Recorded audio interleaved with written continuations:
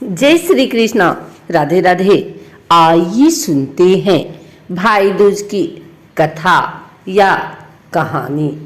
दिवाली के बाद भाई दूज का त्योहार आता है, जो भाई बहन के रिश्तों का प्रतीक माना जाता है। इस साल भाई का त्योहार 14 और 15 नवंबर दोनों दिन पड़ रहा है। इस दिन बहनी भाई की सलामती के लिए यमराज की पूजा करने के पश्चात भाई को तिलक लगाती हैं।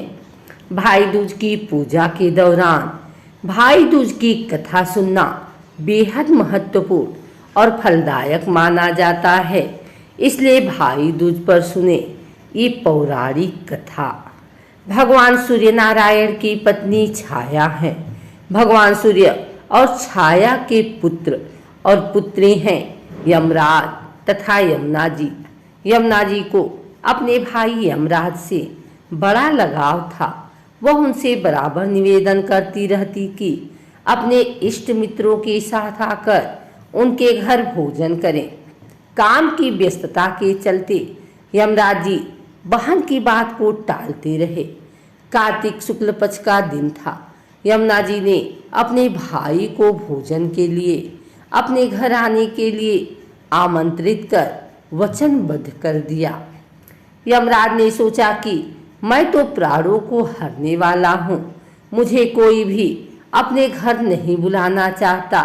बहन जिस सद्भावना से मुझे बुला रही है उसका पालन करना मेरा धर्म है।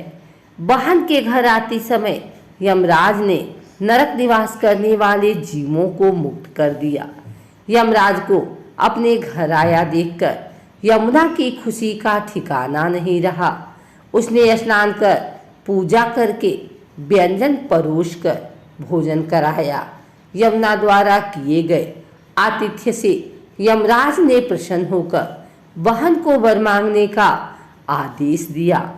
यमुना ने कहा कि भद्र, आप हर साल इसी दिन मेरे घर आया करें। मेरी तरह जो बहन इस दिन अपने भाई को आदर सत्कार करके टीका करे, उसे तुम्हारा भय न रहे। यमराज ने तथास्तु कहकर यमुना को अमूल्य वस्त्राभूषण देकर यमलोक के लिए प्रस्थान किया। इसी दिन से भाई दूज की पर्व की परंपरा का आगाज हुआ। ऐसी मान्यता है कि जो बहनें अपने भाई का आतिथ्य स्वीकार करते हैं उन्हें यमराज का भय नहीं रहता। इसलिए भैया दूज के दिन यमराज तथा यमुना जी का पूजन किया जाता है। एक और कथा के अनुसार एक बार की बात है, एक बूढ़ी औरत जिसके 7 पुत्र एक पुत्री थी, उस बूढ़ी औरत के 7 बेटों पर सर्प की कुदृष्टि थी। जैसे ही उसके किसी भी बेटे की शादी होती, उसका 7वां फेरा होता तो सर्प उसे डस लेता और वो मृत्यु को प्राप्त हो जाता था। वो बूढ़ी औरत दुखी हो गई थी। बेटी की शादी पहले की हो चुकी थी। इस तरह 6 बेटों की मृत्यु हो गई थी। उस बूढ़ी औरत पर बहुत बुरा समय आ गया था, जिसकी वजह से उसने 7वें की शादी करने के लिए मना कर दिया था। 6 बेटों के मरने के दुख में बूढ़ी औरत अंधी हो गई थी, लेकिन कभी न कभी तो उसकी शादी भी करनी पड़ती। बूढ़ी औरत किसी भी तरह जोखिम नहीं उठा सकती थी। भाई दूज का समय आ गया था। 7वें बेटे ने कहा, माँ, मैं दीदी के घर जाने वाला हूँ, भाई दूज आ गया है। माँ ने कहा, ध्यान से जा और जल्दी आ। भाई के आने की खुशी में बहन की खुशी का ठिकाना नहीं रहा। भाई की खातिरदारी के लिए, अच्छा पकवान बनाने के लिए बहन ने सोचा कि पड़ोसन की मदद लेनी पड़ेगी। खुशी में बहन ने पड़ोसन से मदद मांगी और पूछा, दीदी, मेरा भाई आ रहा है, मैं क्या करूं? उसे क्या बना के खिलाऊं? पड़ोसन उससे चिढ़ती थी। उसने कहा कि दूध से रसोई ले और घी से चावल पका। अब भाई की खुशी में पागल बहन ने सोचा कि हाँ, ऐसा ही करूंगी। भाई को आते रास्ते में सांप मिला।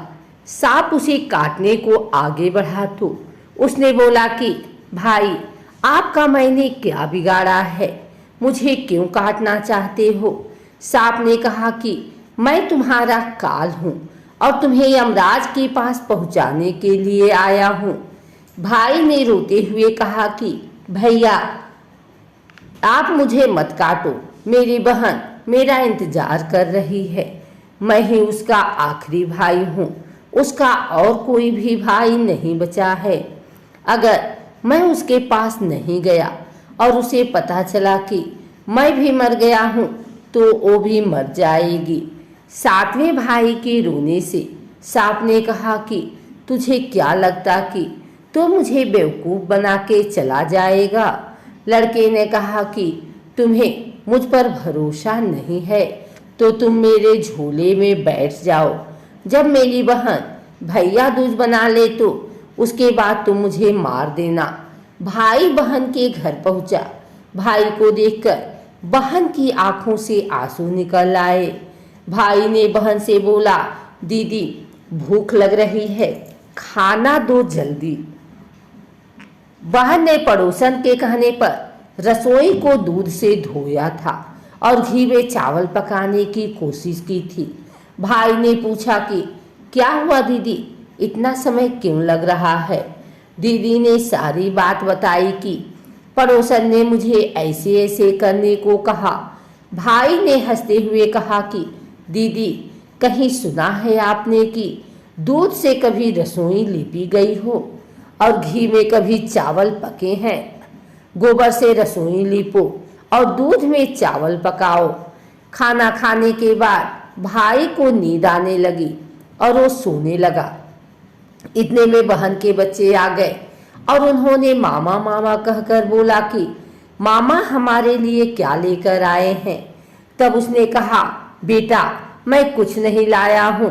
मना करने के बावजूद भी बच्चों ने उस थैले को उठा लिया जिसमें सांप था और खोल कर देखने लगे, लेकिन उसमें बच्चों को हीरे का हार मिला। दीदी ने बोला कि तू ये मेरे लिए लेकर आया है।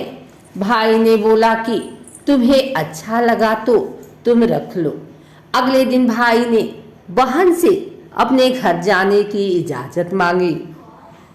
बहन ने अपने भाई के लिए लड्डू बना के रखे थे। बहन ने लड्डू भाई को दिए। भाई ने बहन से अलविदा लिया और अगले चल दिया।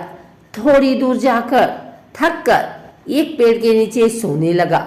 इधर बहन के बच्चों ने कहा, माँ खाना दो, भूख लगी है। उनकी माँ ने कहा कि अभी खाना नहीं बना है, समय लगेगा।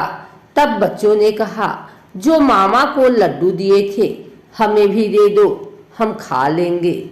माँ ने कहा, जाओ चक्की पर रखे हैं, बचे हुए लड्डू जाकर खा लो। बच्चों ने जाकर देखा तो पता चला कि वहाँ सांप की हड्डियाँ पड़ी हैं। अब बहन की हालत खराब हो गई और वो बाहर की तरफ भागी।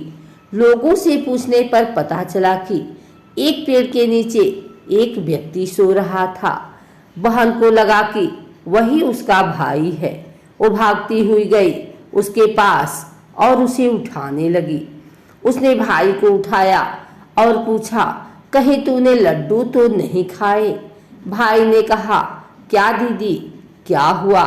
ये रहे तुम्हारे लड्डू, नहीं खाए मैंने। बहन को लगा कि कुछ अच्छा नहीं हो रहा है। उसने बोला कि मैं भी अब तेरे साथ घर चलूँगी, तुझे अकेले नहीं छोड़ूंगी। भाई ने बोला कि तुम्हारी मर्जी। चलते हुए बहन को प्यास लगी। भाई से बोली कि मुझे प्यास लगी है, पानी पीना है।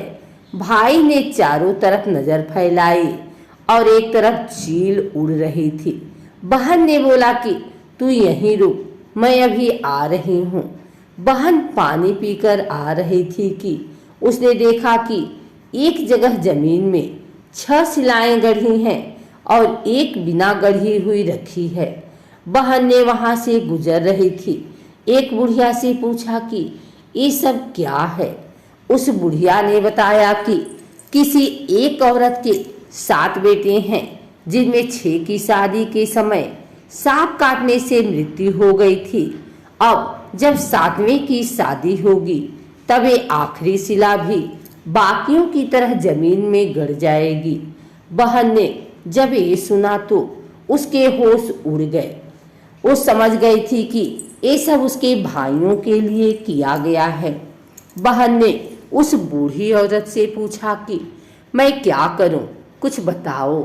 बूढ़ी औरत ने उसे सब बता दिया कि वो अपने भाई की जान कैसे बचा सकती है।